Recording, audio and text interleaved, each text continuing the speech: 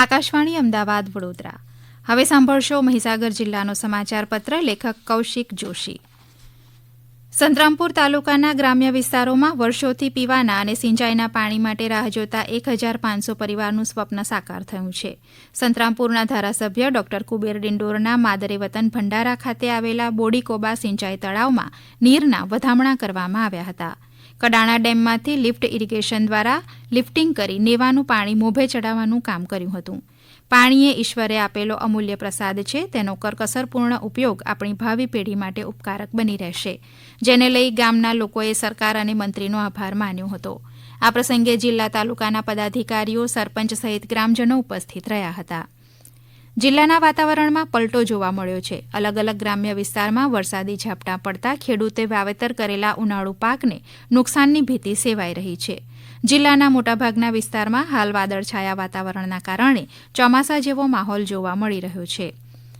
મહીસાગર જિલ્લામાં વૈશાખ સુદ ત્રીજ અખાત્રીજ ઐતિહાસિક નગર લુણાવાડાના 591માં સ્થાપના દિવસ નિમિત્તે લુણેશ્વર મંદિરમાં જિલ્લા કલેક્ટરે સહપરિવાર પૂજા અર્ચના કરી સ્થાપના દિવસની ઉજવણીનો આરંભ કરાવ્યો હતો. ઈસવીસન 1434માં મહારાજા ભીમસિંહજીએ લુણનાથ બાબાની પ્રેરણા અને નગરદેવતા લુણેશ્વર દાદાની કૃપાથી લાવણ્યપુરી લુણાવાડા નગરનો પાયો નાખ્યો હતો. આજે નગરનો 591મો સ્થાપના દિવસ અનેરા આનંદ સાથે ઉજવવામાં આવ્યો હતો. આ પ્રસંગે લુણાવાડાના રાજવી સિદ્ધરાજસિંહજી, નગર ઉત્સવ સેવા સમિતિના વાઇસ ચેરમેન પુષ્પેન્દ્રસિંહજી, નગરપાલિકા કર્મચારીગણ તેમજ નગરના અગ્રણી નાગરિકો સહિત મોટી સંખ્યામાં નગરજનો ઉપસ્થિત રહ્યા હતા. જિલ્લામાં ફરી એકવાર જંગલમાં આગની ઘટના સામે આવી છે. ખાનપુર તાલુકામાં આવેલા વાવકુવા ગામ પાસેના જંગલમાં આગ લાગતા મોટી સંખ્યામાં વૃક્ષોને નુકસાન પહોંચ્યું છે. એકાએક આગ લાગતા ગ્રામજનોએ વન વિભાગને જાણ કરતા વન વિભાગ અને અગ્નિશામક દળના જવાનોએ આગ બુઝાવવાના પ્રયાસ શરૂ કર્યા છે.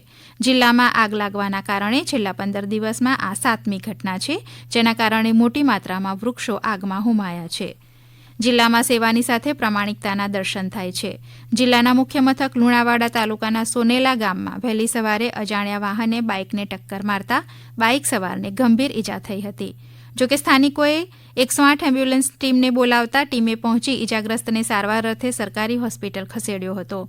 જોકે અકસ્માતમાં ઇજાગ્રસ્તના પૈસા અને મોબાઈલ ઘટના સ્થળે પડી જતા 108ના કર્મચારી મહેશ બારિયાએ પૈસા અને મોબાઈલ લઈ દર્દીના પરિવારને બોલાવી તેમને પરત કરતા કરુણાના દ્રશ્ય સર્જાયા હતા. જિલ્લામાં સેવાની સાથે પ્રામાણિકતા પૂરી પાડનારા 108 કર્મચારીનો દર્દીના પરિવારે આભાર વ્યક્ત કર્યો હતો. કડાણા તાલુકાના અંતરિયાળ વિસ્તારમાં ગામડાના લોકોને બીમારી સમયે હોસ્પિટલ જવામાં તકલીફ ન પડે તેમજ અકસ્માતમાં ગામડા સુધી તાત્કાલિક અને ઝડપી સેવા મળી રહે તે માટે શિક્ષણ મંત્રી ડોક્ટર કુબેર ડિંડોર દ્વારા પોતાના મતવિસ્તારમાં આવેલા મુનનપુર સરકારી હોસ્પિટલમાં નવી એમ્બ્યુલન્સ સેવા કાર્યરત કરવામાં આવી, જેમાં સ્થાનિક આગેવાનો અને હોસ્પિટલના કર્મચારીઓ જોડાયા હતા. આપ સાંભળી રહ્યા હતા મહીસાગર જિલ્લાનો સમાચાર પત્ર. લેખક કૌશિક જોશી. પ્રસારણ આકાશવાણીના અમદાવાદ વડોદરા કેન્દ્ર પરથી કરવામાં આવ્યું.